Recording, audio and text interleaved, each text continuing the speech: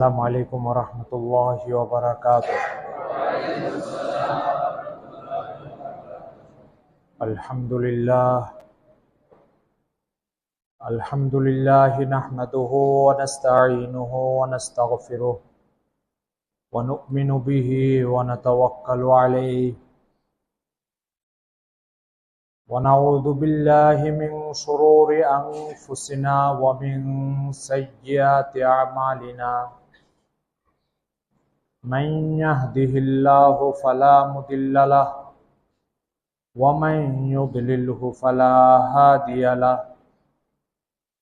ونشهد أن لا إله إلا الله وحده لا شريك له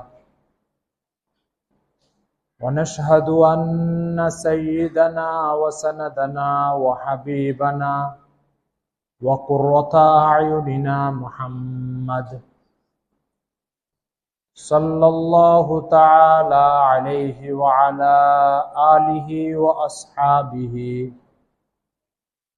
وأصحابه وبارك وسلم تسليما كثيرا. أما بعد فقد قال الله تبارك وتعالى: أمن خلق السماوات والأرض وأنزل لكم من السماء ماء فأنبتنا به حدائق ذات بهجة ما كان لكم أن تنبتوا شجرها أإله مع الله بل هم قوم يعدلون. صدق الله مولانا العظيم وصدق رسوله النبي الكريم ونحن على ذلك من الشاهدين والشاكرين. الحمد لله رب العالمين. মহান আল্লাহ তাআলার বড় করুণা আমাদের উপরে, বড় অনুগ্রহ আমাদের উপরে যে এই মুহূর্তে পৃথিবীতে অসংখ্য মানুষ এমন গুনার মধ্যে লিপ্ত আছে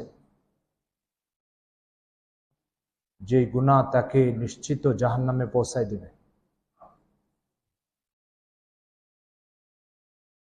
আল্লাহ তাআলা আমাদের সচেতনতা দান করেছেন, তৌফিক দিয়েছেন, অনুভূতিকে জাগ্রত করেছেন যে আমাকে দ্বীন শিখতে হবে, আল্লাহকে জানতে হবে, আল্লাহর গোলামি বুঝতে হবে, আল্লাহর নাজিল করা কিতাবের বক্তব্য উপলব্ধি করতে হবে। এই চেতনা আমাদেরকে জাগ্রত করেছেন, যে চেতনা আমাদেরকে সব কাজ থেকে বের করে এখানে হাজির হওয়ার সুযোগ করে দিয়েছে। আল্লাহ পাকের দেওয়া এই অনুভূতি ও চেতনার কারণে আল্লাহ পাকের শুকর আদায় করে আলহামদুলিল্লাহ। আজকে আমরা সূরা নামল 20 নম্বর পারা, এই সূরা নামলের 60তম আয়াত তেলাওয়াত করেছি। এই আয়াতের সাথে সম্পর্কিত বিষয়গুলো নিয়ে আজকে আমরা আলোচনা করব। আল্লাহ তাআলা আমাদেরকে প্রতিটা কথা যথাযথভাবে উপলব্ধি করার তৌফিক দান করেন। প্রথমে আমরা আয়াতের সরল অনুবাদটা বলি। আল্লাহ তাআলা তার প্রত্যেকটা সৃষ্টিকে সম্বোধন করে প্রশ্ন করছেন, আম্মান খালাকাস সামাওয়াতি ওয়াল আরদ, তোমার মাথার উপরের এই বিশাল আসমান আর পায়ের নিচে বিশাল জমিন কে সৃষ্টি করেছে? আমি প্রশ্নের জবাব তোমার কাছে জানতে চাই। ওয়ানজালা লাকুম মিনাস সামাই মা, তোমাদের জন্য পানি বর্ষণের, মেঘ থেকে পানি বর্ষণ করার এই দায়িত্ব কে নিয়েছে? এটা তোমাদের থেকে আমি জানতে চাই। ফাআমবাতনা বিহি হাদাইকা যাতা বাহজা, এই পানি বর্ষণ করে জমিনকে ফসল, বাগ বাগিচা উদিত হওয়ার উপযুক্ত করা, এটাকে উর্বরতা জমিনের মধ্যে ছড়িয়ে দেওয়া, যে ফসল উদিত হওয়ার পরে তোমরা খেয়ে বেঁচে থাকো। বলো জমিনকে এই ক্ষমতা কে দিয়েছে, এটা তোমাদের থেকে আমি জানতে চাই। মা কানা লাকুম আন তুমবিতু শাজারাহা, আমি যদি একটা বছরের জন্য আসমান থেকে পানি বন্ধ করে দিই আর জমিনের ভিতরে ফসল উৎপাদনের এই উর্বরতা থামিয়ে দিই, স্তব্ধ করে দিই, যে জমিন এক বছরের জন্য কোনো ফসল উদিত করবে না, মা কানা লাকুম আন তুমবিতু, তোমরা কি আমাকে জবাবটা দিতে পারবে? তোমাদের কার কার এই সামর্থ্য আছে জমিনে সে উর্বরতা দিয়ে ফসল উৎপাদনের ক্ষমতা কার আছে, আমাকে একটু জানাবে। আইলাহুম্মা আল্লাহ, যদি তোমাদের এই প্রশ্নের কোনো জবাব না থাকে তাহলে স্বীকার করে না একজন মালিকই করেছে, তার আর কোনো সাহায্যকারী নেই, ফলে তার কাছে মাথা নত করো।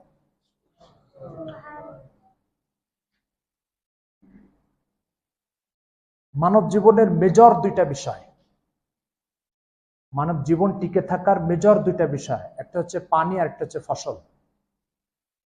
এই মেজর দুটো বিষয়ের কথা এখানে উল্লেখ করে বলছে তোমাদের জীবন কত প্রতিটা সেকেন্ড এই দুটো জিনিসের মুখাপেক্ষী।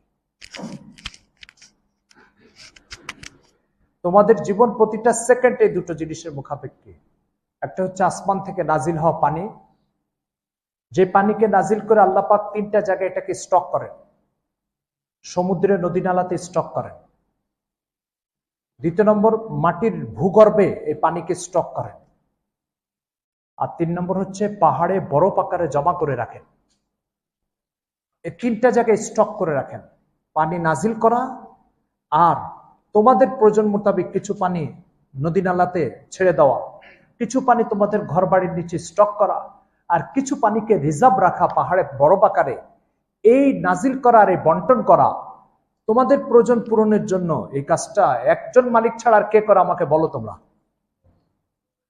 কার এই দক্ষতা আছে, কার এই ক্ষমতা আছে আমাকে বলো। আইলাহুম্মা আল্লাহ, কে করে এটা আমাকে আজকে বলো। এই ক্ষমতাটা কার আছে? এরপর আল্লাহ তাআলা বলছেন যে ওই পানি নাজিল করার পরে জমিনের ভিতরে ফসল উৎপাদনের যোগ্যতা আসে, উর্বর ক্ষমতা আসে। আর সে উর্বর ক্ষমতা দিয়ে তুমি সকালে খাও, দুপুরে খাও, রাত্রে খাও। আমি যদি জমিন থেকে উর্বর ক্ষমতাকে ছিনিয়ে নিই, অথবা কোন একটা বছরের জন্য এই উর্বর ক্ষমতা যদি জমিনকে না দিই, তাহলে কে আছে জমিন থেকে উৎপাদন করে তোমার মুখে খাবার পৌঁছাবে? দক্ষতার এই ক্ষমতা কার আছে? তাহলে কেন এই মালিকের থেকে ফিরে যাওয়ার দুঃসাহস দেখাও? কোন যুক্তিতে তুমি এই মালিক থেকে মুখ ফিরানোর দুঃসাহস দেখাও? আমাকে এটা বলো।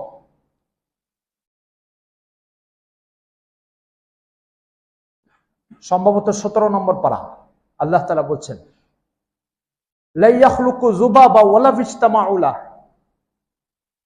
পৃথিবীতে যত সৃষ্টির যত শক্তি আছে, পৃথিবীতে যত সৃষ্টির যত ক্ষমতা আছে, যত টেকনোলজি আছে, এই সব টেকনোলজি নিয়ে কোন একটা ভূখণ্ডে আমি তোমাদেরকে একত্রিত করে যে কদিন তোমরা চাও সে কদিন তোমাদেরকে আমি গবেষণায় লিপ্ত হওয়ার সুযোগ করে দিব। দিয়ে আমি একটা জিনিস চাই, যে আমি যে পৃথিবীতে কোটি কোটি মাছি সৃষ্টি করেছি, একটা মাছি তোমরা তৈরি করে দেখাও। আল্লাহ বলছেন লা ইয়াখলুকু যুবাব, যুবাব মানে মাছি। লা ইয়াখলুকু, কোশ্চিন কালো সব টেকনোলজি ব্যয় করে একটি ক্ষুদ্র মাছি তৈরি করতে পারবে না। যখন মাছির মতো অতি ক্ষুদ্র আমার একটা সৃষ্টি তৈরি করতে পারবে না, তো বড়গুলো তো প্রশ্নে আসে না। তো যখন তোমার ব্যর্থতার এই পরিমাণ এত বেশি আর আমার সক্ষমতা সফলতার পরিমাণ এত বেশি যে তুমি একটা মাছি তৈরি করছো, করতে ব্যর্থ হচ্ছ, আমি পৃথিবীর সব মাছি তৈরি করেছি।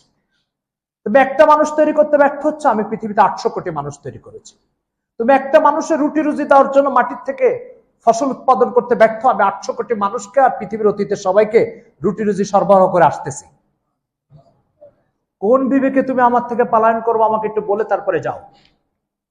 কোন বিবেকে তুমি আমার থেকে মুখ ফেরাতে চাও এটা বলে তারপরে যাও। কোন বিবেকে তুমি আমার নাফরমানি করার দুঃসাহস দেখাও? লা ইয়াখলুকু যুবাবা ওয়ালা ইজতামাউ লা কুন ইন কানা মাউকুম গাওরান ফামাইয়াতিকুম বিমাইন মাইন। পৃথিবীতে আমি দুই ধরনের পানি সৃষ্টি করেছি, কিছু পানি লবণাক্ত, কিছু পানি মিষ্টি। লবণাক্ত পানিরও কিছু উদ্দেশ্য আছে, আর মিষ্টি পানিরও কিছু উদ্দেশ্য আছে। তোমরা যেটা পান করো সেই পানের উপযোগী করার জন্য আমি মিষ্টি পানি তৈরি করেছি। যে স্রষ্টা সমুদ্রকে লবণাক্ত পানি দিয়ে ভরে দিয়েছে, সেই স্রষ্টা সারা পৃথিবীকে এরকম লবণাক্ত পানি দিয়ে ভরে দিতে পারে। যদি তিনি দিতেন, তো তুমি পানের উপযুক্ত মিষ্টি পানি কোথা থেকে পেতে সেটা আমাকে বলো। কুলিন কানা মাউকুম গাওরান ফামাইয়াতিকুম বিমাইন মাইন। পানের উপযুক্ত মিষ্টি পানি তুমি কোত্থেকে নিয়ে আসতে? যদি আমি সমুদ্রের মতো সব পানিকে লবণাক্ত করে দিতাম? তো যে মালিক তোমাকে পানের উপযুক্ত করে জন্মের থেকে মৃত্যু পর্যন্ত মিষ্টি পানি সরবরাহ করেছে, কোন বিবেকে তুমি তার থেকে চেহারা ফিরাবা বলো? কোন বিবেকে তুমি তাকে সেজদা না দিয়ে দিন রাত পার করবা বলো? আইলাহুম্মা আল্লাহ, কার দিকে ফিরবা? কোথায় যাবা? সূরা জারিয়াত 50 নম্বর আয়াত আল্লাহ তাআলা বলছেন, ফাফিররু ইলাল্লাহ, ফাফিররু ইলাল্লাহ। যেহেতু তোমার উপরে নিচে ডানে বামে আর তোমার জীবনের প্রতি সেকেন্ডের প্রয়োজনগুলো আমার ক্ষমতা দিয়ে, আমার সৃষ্টি দিয়ে পূরণ হয়, তো ফাফিররু ইলাল্লাহ, আর কোন দিকে ফিরো না, আমার দিকেই ফিরো। ফাফিররু ইলাল্লাহ, আমার দিকে ফিরো।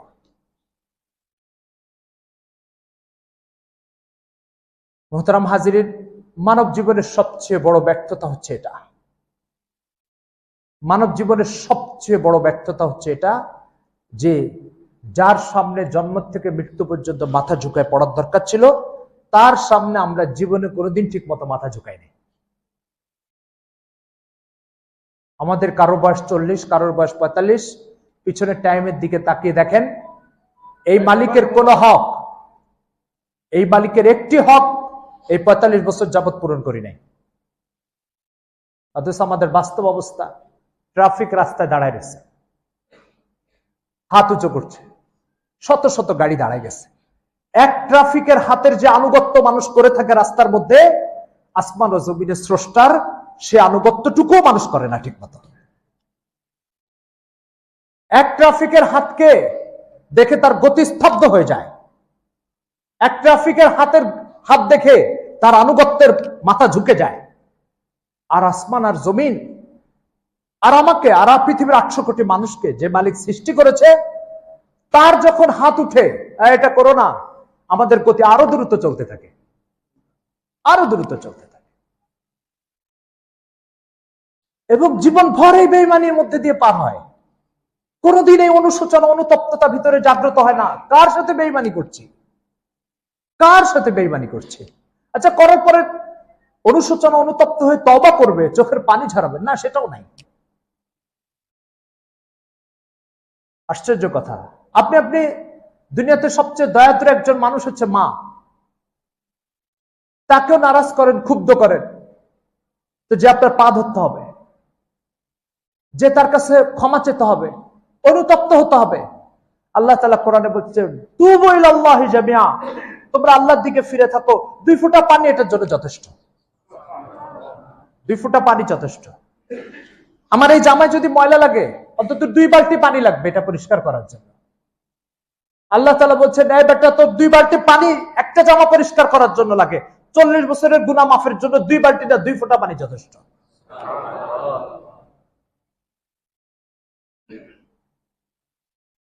এক হাদিসে আসছে, রাসূল সাল্লাল্লাহু আলাইহি ওয়াসাল্লাম বলেছেন যে আল্লাহ তাআলা পৃথিবীর সব পানি সৃষ্টি করেছেন, প্রত্যেকটা বিন্দু বিন্দু ফোঁটা ফোঁটা পানির একমাত্র স্রষ্টা আল্লাহ তাআলা।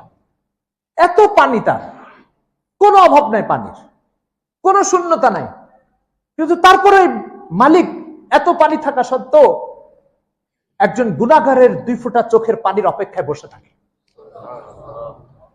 2 ফোঁটা পানির অপেক্ষা বসে থাকে। কখন এই বান্দা তার গুনাহ ছেড়ে 2 ফোঁটা পানি আমাকে উপহার দিবে, এজন্য অপেক্ষা করেন আল্লাহ তাআলা। ফাফিরু ইলাল্লাহ, আল্লাহর দিকে ফিরুন। সূরা জারিয়াত 50 নম্বর আয়াত। আল্লাহর দিকে ফিরে চলে আসো। কাকে ছেড়ে চলে যাচ্ছ তোমরা? কার থেকে মুখ ফিরাচ্ছ? এই ক্ষমতা, এই দয়া, এই মায়ার অধিকারী এক মালিকের থেকে কি কোন বিবেকে তুমি চেহারা ফিরানোর সাহস দেখাও?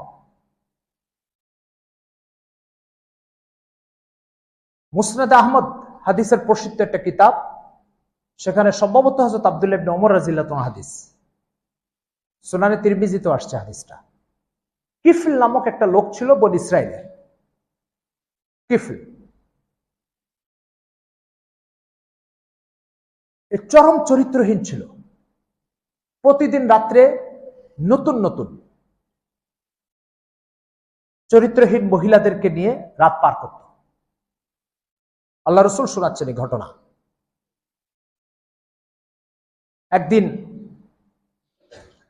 এই তালিকা একজন মেয়েকে নিয়ে আসছে রাত্রে। নিয়ে আসার পরে সেই মেয়েটাকে ঘরে নিয়ে আসার পরে সে যখন তার অন্যায় কাজের দিকে অগ্রসর হবে, তখন মেয়েটা বলছে, কেঁদে উঠছে। কিফিল বলছে, আমি তো তোমাকে জোর করে আনি নাই, আমি কি তোমাকে বাধ্য করি নাই? তুমি স্বাধীন স্বেচ্ছা আসছো, আমিও স্বেচ্ছা আসছি। আর তোমাকে আমি 60 দিনার মানে আজকের বাংলাদেশের কয়েক লক্ষ টাকা হচ্ছে, 60 দিনার তোমাকে আমি বরাদ্দ করেছি। তো তোমাকে জোর করেও আনি নাই, পারিশ্রমিক ছাড়াও আনি নাই, তো তুমি কেন কাঁদতেছ? তখন মেয়েটা বলছে যে, দেখেন, আমি জীবনে কোনোদিনই অন্যায় কাজ করি নাই। বলছে, তাহলে আজকে? তো সে বলছে যে, আজকে এই জন্য আসছি যে দারিদ্রতার কষাঘাতে জর্জরিত হয়ে দীর্ঘ অনেক দিন যাবৎ ক্ষুধার্ত থেকে কোনো উপায়ন্ত না দেখে অবশেষে এই পথ বেছে নিয়েছে। এ কথা শোনা মাত্রই কিফিলের দিলে দয়া আসলো যে একটা মানুষ দারিদ্রতার কারণে, ক্ষুধার কারণে এই জঘন্য কাজে লিপ্ত হবে। তো সে সিদ্ধান্ত নিচ্ছে, ঠিক আছে, তাহলে তুমি যে পারিশ্রমিকটা তোমাকে দেওয়ার দিলাম, এটা তুমি নিয়ে চলে যাও। আর ওই মেয়েটা যাওয়ার সময় বলছে যে, আপনি আমাকে ছেড়ে দিলেন, আমি আপনাকে যাওয়ার সময় একটা কথা বলে দিয়ে যেতে চাই। বলো বলো। বলছে, আপনি যে মহৎ কাজ করলেন, এই কাজের জন্য এই কথাটা আপনাকে বলি, আপনি মানেন? আপনি আল্লাহকে ভয় পান আর অতীতের জন্য তওবা করেন। ব্যাস, এই কথাটা বলে মেয়েটা চলে গেল। এই কথাটা কিফিলের ভিতরে একটা প্রভাব ফেলছে। আল্লাহ রাসূল এই কিফিল সম্পর্কে মন্তব্য করেছেন, মা মিন যামবিন ইল্লা ওয়াকাদ আমিলাহা, কোন গুনাহ দুনিয়াতে নাই যে গুনাহ সে করেনি, কিন্তু আল্লাহকে ভয় পান আর অতীতের অপকর্মের জন্য তওবা করেন। সাথে সাথে তার ভিতর অনুশোচনা আসলো। অনুশোচনা আসার পরে সে ওই মেয়েটা যাওয়া মাত্রই আল্লাহর কাছে অতীত কর্মের জন্য তওবা করল। তওবা করার মাত্র কয়েক মিনিট পরে সে মারা গেছে। সমাজে সে এতটা ঘৃণিত মানুষ হিসাবে পরিচিত ছিল যে আল্লাহ রাসূল বলছেন যে মানুষ সে মারা যাওয়ার পরে তার লাশ দেখতে যাওয়া তো দূরের কথা, পচে গলে যাতে শেষ হয়ে যায় এরকম একটা ঘৃণা তার ব্যাপারে অন্তরে লালন করত মানুষ। কিন্তু সকালবেলায় মানুষ, তার ঘরের লোকজন, তার পরিচিত জনেরা সকালবেলায় যেয়ে দেখে যে তার দরজায় কে লিখে দিয়ে গেছে, ইন্নাল্লাহ গফারা লিকিফলিন, আল্লাহ পাক কিফিলকে মাফ করে দিয়েছে। এই হাদিসের ব্যাখ্যায় উলামায়ে কেরাম লিখেছেন, গুনাহ করেছে সে 50 থেকে 60 বছর, তওবা করেছে মাত্র কয়েক মিনিট। তওবা করেছে মাত্র কয়েক মিনিটের তওবা তার 50 বছরের গুনাহকে মিটিয়ে দিয়েছে। এই মালিককে যদি এরপরও কেউ না চিনে, তাহলে তার কপাল আর চেনা নাই। এই মালিককে এরপরে কেউ যদি না চিনে, যে ইসলামের সবচেয়ে বড় জঘন্যতম অপরাধের একটা অপরাধ হচ্ছে ব্যভিচার, কারণ ইসলামের সর্বোচ্চ শাস্তি মৃত্যুদণ্ড। এটা সে 50 বছর ধরে করে আসতেছে। 50 বছরের এই সর্বোচ্চ অপরাধটা মাত্র 2 মিনিটের চোখের পানির কারণে এমন ভাবে বুঝছে যে আল্লাহ রাসূল বলছে তার দরজার উপরে, অন্য একটা বর্ণনাতে আছে তার বুকের উপরে লেখা যে আল্লাহ তাআলা কিফিলকে মাফ করে দিয়েছেন। মুহতারাম হাজিরিন, এই মালিককে চেনা দরকার। আমাদের জীবনের সবচেয়ে বেশি উদাসীনতার শিকার যে বিষয়টা, সেটা হচ্ছে এই মালিককে চেনা ও তার পরিচয়। সবচেয়ে বেশি উদাসীনতার শিকার।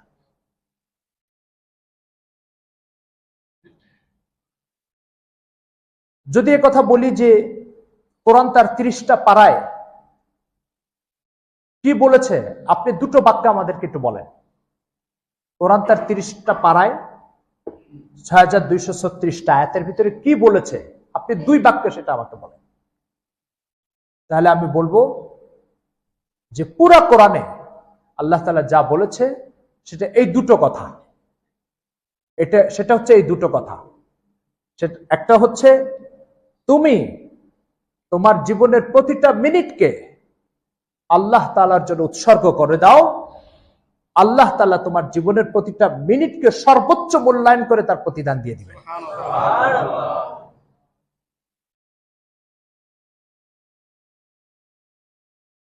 একজন লেখক তার এক কিতাবের ভিতরে লিখছে,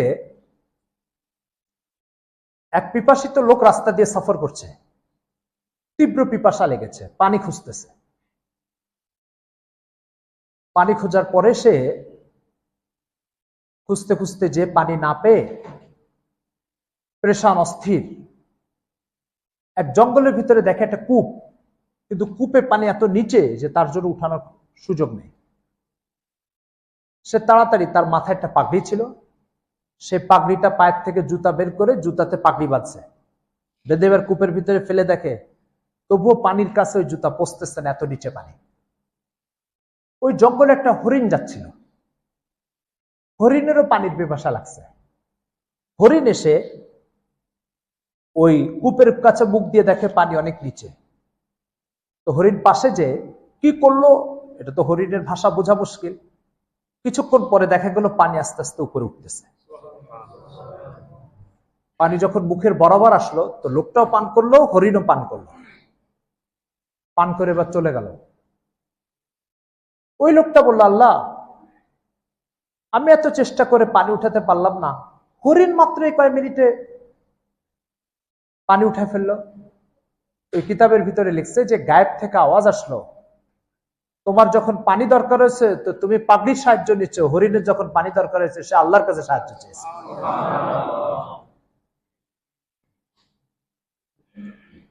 এই ঘটনা আমাদেরকে অনেকগুলি বার্তা দেয়। সেই বার্তার ভিতরে একটা বার্তা হচ্ছে যে আমরা আমাদের হাতের টাকা, আমাদের গাড়ি, আমাদের বাড়ি, এগুলোকে আল্লাহর মতো মালিকের বিকল্প মনে করি। বলে এগুলো যারা আছে তারা আর আল্লাহর দরকার নাই। আর আল্লাহ হচ্ছে গরিব মানুষের খোদা, পয়সা আলাদা লোকদের খোদা নয় আল্লাহ। এই অনুভূতিকে আল্লাহ তাআলা মানুষের দিল থেকে খতম করার জন্য কোরআনের একদম প্রথম আয়াতে বলছে, রব্বুল আলামিন তিনি কোন শ্রেণী বিশেষের স্রষ্টা নন, গোষ্ঠী বিশেষের প্রতিপালক নন, পৃথিবীর প্রত্যেকটা বস্তুর প্রতিপালক হচ্ছেন আল্লাহ তাআলা।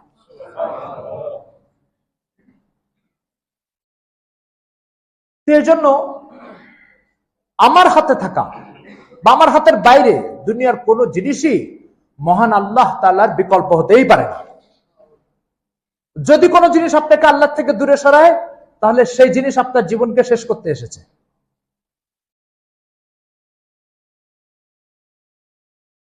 একুশ নম্বর পারা, সূরা আনকাবুত। মাকড়াসার নামে একটা সূরা আছে কোরআন শরীফে। সেই সূরার ভিতরে আমাদের দিলের এই ব্যাধির কথাকে আল্লাহ তাআলা সুন্দর করে সাজিয়ে দিয়েছেন। আল্লাহ তাআলা বলছেন, ইন্নাল্লাযীনা ইত্তাখাযু মিন দুনিল্লাহি আরবাবান কামাসালিল আনকাবুত ইত্তাখাযাত বাইতান ওয়া ইন্না আওহানাল বুয়ুতি লাবাইতুল আনকাবুত লাউ কানু ইয়ালামুন। যারা আমার মতো ক্ষমতা, প্রতিপত্তির অধিকারী, দাপটের অধিকারী মালিককে বাদ দিয়ে আমার ঠুনকো সৃষ্টিগুলোকে নিয়ে খোদার জায়গায় বসায় এগুলোর পূজা করে বেড়ায়। বলে এদের উদাহরণ হচ্ছে মাকড়াসার মতো। যে মাকড়াসা অতি দুর্বল একটা জাল তৈরি করে এবার ওই জালের উপরে বসে এভাবে কাঁপতে থাকে আর ভাবতে থাকে আমি টুইন টাওয়ারের উপরে বসে আছি। তো মাকড়াসার কাছে ওটা টুইন টাওয়ার হতে পারে, কিন্তু সচেতন মানুষরা জানে যে পৃথিবীতে ঘরের কোন তালিকা তৈরি করলে সবচেয়ে দুর্বলতম ঘর হচ্ছে মাকড়াসার ঘর। আল্লাহ তাআলা বলছে ওয়াইন্না আওহানাল বিয়ুত লাবাইতুল আনকাবুত, দুনিয়াতে সবচেয়ে দুর্বলতম ঘর হচ্ছে মাকড়াসার ঘর। কিন্তু মাকড়াসা তার ঘরের বাস্তব অবস্থা জানে না। এই কারণে মাকড়াসা মনে করে আমি সব অত্যন্ত বড় একটা টুইন টাওয়ারের উপরে বসে আছি। আর প্রকৃত সচেতন মানুষরা বুঝে যে এটা টুইন টাওয়ার না পৃথিবীর সবচেয়ে দুর্বলতম ঘর, এটা তাদের জানা আছে। আমিও মানুষ, আল্লাহ তাআলা বলছেন আমিও মানুষের উদ্দেশ্যে এই কথা বলছি। তুমি আমাকে বাদ দিয়ে যে যে জিনিসগুলোর পিছনে জীবন শেষ করছো, যে যে জিনিসগুলোকে খোদার আসনে বসিয়েছো, যে যে জিনিসগুলোকে আমার বিকল্প মনে করছো, তোমার হাতে থাকা অর্থকে, তোমার থাকা বাড়িকে, তোমার ক্ষমতাকে, তোমার চেয়ারকে আল্লাহ তাআলার বিকল্প ভাবছো, তুমিও ওই মাকড়াসার মতো দুর্বলতম ঘরের উপরে বসে ভাবছো টুইন টাওয়ারের উপরে বসে আছি। কিন্তু সচেতনতা অধিকারী ব্যক্তি যেমন বুঝতেছে সবচেয়ে দুর্বলতম ঘরের উপরে বসে বাহাদুরি করতেছে, আমি এইভাবে আমার দৃষ্টি দিয়ে আমি দেখতেছি তোমার অর্থ, তোমার গাড়ি, তোমার সবকিছু এগুলো ওই মাকড়াসার জালের মতো একদিন শেষ হয়ে যাবে। যেভাবে মাকড়াসাটা শেষ হয়ে যায়, আসল মাননেওয়ালা তো আসমান ও জমিনের একমাত্র মালিক, তাকেই মানতে হবে।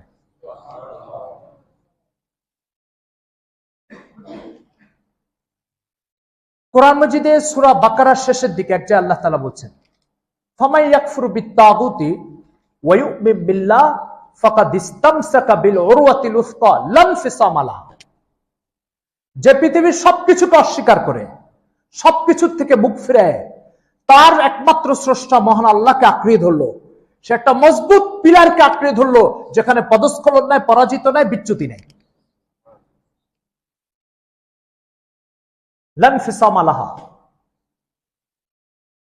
এই জন্য মুহতারাম হাজিরিন, কোরআনের এটা হচ্ছে সবচেয়ে গুরুত্বপূর্ণ মেসেজ যে দিলের থেকে, জিন্দেগির থেকে, নজর থেকে আল্লাহ ছাড়া সবকিছুকে বের করো, একমাত্র আল্লাহকে নজরের মধ্যে বসাও, একমাত্র আল্লাহকে দিলের উপরে বসাও, একমাত্র আল্লাহকে জিহ্বার উপরে বসাও। কিন্তু আমাদের বাস্তব অবস্থা হচ্ছে আমরা ট্রাফিকের হাতকে দেখে থেমে যাই, কিন্তু আসমান জমির স্রষ্টার এক ঘোষণাকে শুনে ঠেলে চলতে থাকি তার সাথে, মনে হয় যেন তিনি আমার প্রতিপক্ষ আর তার সাথে লড়াই লিপ্ত হয়েছে।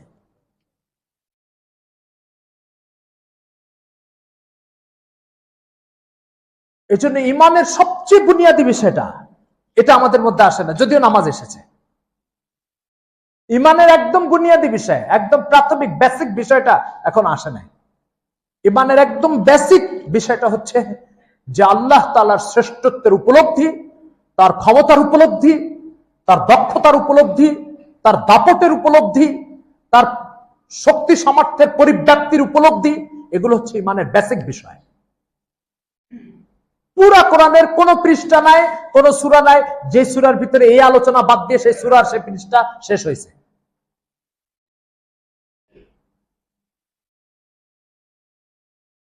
এই জন্য আসেন আমরা এই মালিককে চিনি। আল্লাহ তাআলা বলছেন ফাফিরু ইলাল্লাহ, যাও তোমরা আল্লাহর দিকে ধাবিত হও, আল্লাহ তাআলার দিকে ধাবিত হও।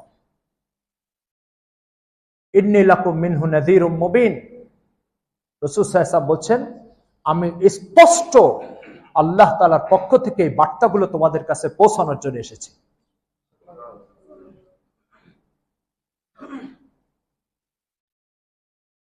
আল্লাহ তাআলার পরিচয়, তার শ্রেষ্ঠত্ব, তার দক্ষতা, ক্ষমতা, তার সৃজনী ক্ষমতা। তিনি সৃষ্টি করেন, তিনি পৃথিবীর প্রত্যেকটা বস্তুর হায়াত, মৌত, সুস্থতা, অসুস্থতা নিজ কুদরতি হাতে কন্ট্রোল করেন। এই পরিচয়টা যদি আপনার হাতে, আপনার কাছে না থাকে, তাহলে এর ফলাফল আপনি কিভাবে বুঝবেন জানেন? কোন একটা পেরেশানি আসলে সাথে সাথে দুনিয়াবি উপায় উপকরণকে খোদার জায়গায় বসিয়ে তার পিছনে দৌড়াতে থাকবেন, দুটো সেজদা আল্লাহকে দেওয়ার মানসিকতা তৈরি হবে না। দুটো সেজদা আল্লাহকে দেওয়ার মানসিকতা তৈরি হবে না।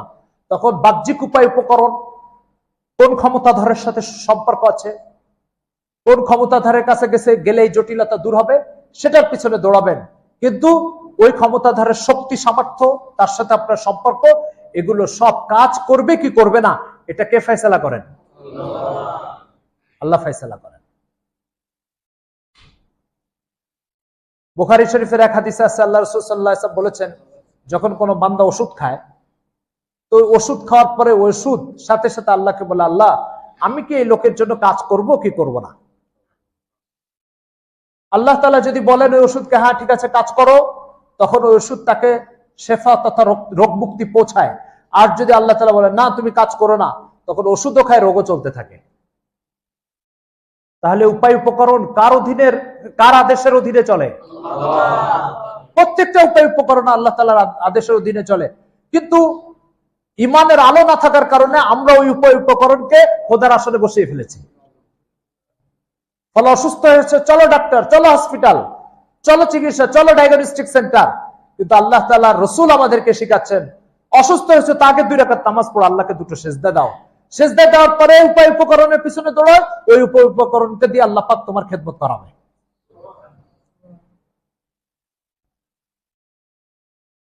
এই জন্য দিলের ভিতরে যে কোনো সময় যদি দুনিয়াবি উপায় উপকরণের দিকে দিল যায়, মনে করবেন আল্লাহ তাআলার পরিচয় নাই আপনার কাছে।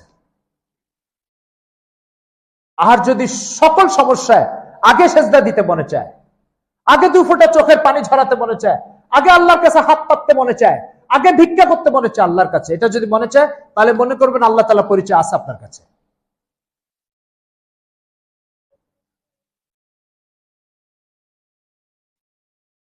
পানির প্রয়োজন ছিল, হরিণও পিপাসিত, লোকটাও পিপাসিত। একজন উপকরণের পিছনে দৌড়াইছে, আরেকজন আল্লাহর পিছনে দৌড়াইছে। গায়েব থেকে খবর আসলো যে তুমি তো পানির প্রয়োজন হয়েছে, আমাকে বাদ দিয়ে তোমার মাথার পাগড়িকে তার ওসিলা বানিয়েছিলে, তো ঠিক আছে, পাগড়ি তো কোনো কিছু করার ক্ষমতা রাখে না, আর হরিণ কোনো কিছু খুঁজতে যায়নি, সে আমার কাছে এসেছে। উপায় উপকরণ ব্যবহার করা ইসলামে নিষেধ না, কিন্তু উপায় উপকরণকে খোদা বানানো নিষেধ। উপায় উপকরণ ব্যবহার করা ইসলামে নিষেধ নয়। আল্লাহ রাসূল যুদ্ধে যাওয়ার সময় তলোয়ার ব্যবহার করেছেন, ঘোড়া ব্যবহার করেছেন, উট ব্যবহার করেছেন, এটা নিষেধ নয়। কিন্তু উট আর ঘোড়াকে খোদা বানিয়ে তারপরে সেটার পূজা করা, এটা নিষেধ। আপনার ঘোড়া থাকলেও আল্লাহর কাছে সেজদায় পড়ে যেতে হবে, উট থাকলেও পড়ে যেতে হবে, না থাকলেও পড়ে যেতে হবে। এই জন্য মোহতারাম হাজিরিন, আজকের এই কোরআনের আয়াত থেকে আমরা আল্লাহ তাআলা যে প্রশ্ন করছেন আমাদেরকে, বলো তোমার মাথার উপরে আসমান, তোমার পায়ের নিচে জমিন কে তৈরি করেছে? বলো আসমান থেকে পানি কে বর্ষণ করেছে? বলো আসমান থেকে পানি বর্ষণের পরে জমিনের মধ্যে ফসল উৎপাদনের ক্ষমতা কে দিয়েছে? বলো কে জমিনের ভিতরে উর্বর ক্ষমতা দিয়ে তোমার মুখে প্রতিদিন কয়েক বেলা খাবার পৌঁছানোর ব্যবস্থা করেছে? যদি এটা ওই মালিক করে থাকে, তাহলে তুমি কেন এই মালিকের থেকে বিচ্যুত হয়ে আরেকদিকে দৌড়াচ্ছ?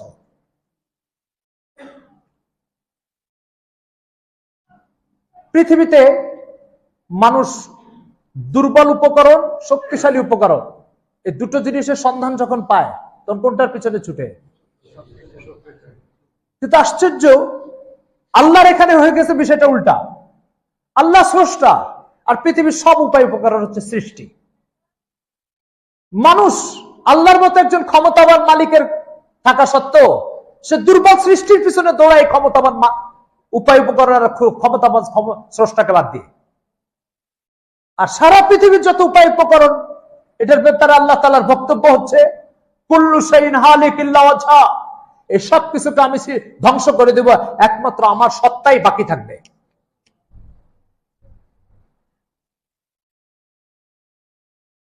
আরেক আয়াতে আল্লাহ তাআলা বলছেন কুল্লু মান আলাইহা ফান ওয়া ইয়াবকা ওয়াজহু রাব্বিকা যুল জালালি ওয়াল ইকরাম, সারা পৃথিবীর প্রত্যেক উপায় উপকরণ যেগুলোকে তোমরা খোদা মনে করো, যেগুলোকে তোমরা খোদার আসলে বসিয়েছো, যেগুলোকে ক্ষমতার অধিকারী মনে করো, আমি সব উপায় উপকরণকে ধ্বংস করে প্রমাণ করব যে আমার সত্তাই শুধু বাকি থাকবে, আর একটা বাকি থাকার যোগ্য নয়। ওয়া ইয়াবকা ওয়াজহু রাব্বিকা যুল জালালি ওয়াল ইকরাম।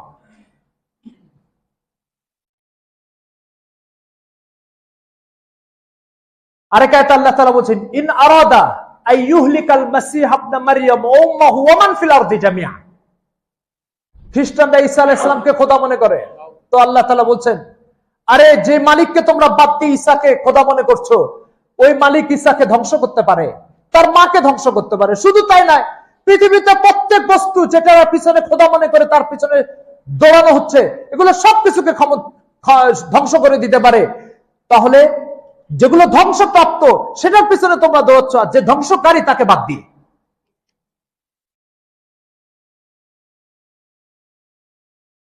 এই জন্য মোহতারাম হাজিরিন, ঈমান কাকে বলে এটা বোঝা দরকার। ঈমান কাকে বলে? ঈমান হচ্ছে উপায় উপকরণকে উপায় উপকরণের স্তরে রাখা, আর আল্লাহ তাআলাকে তার দক্ষতা, ক্ষমতা, শ্রেষ্ঠত্ব, দাপটের কারণে তার সামনে মাথা ঝুঁকায় জিন্দেগি ব্যয় করা, এটা হচ্ছে ঈমান।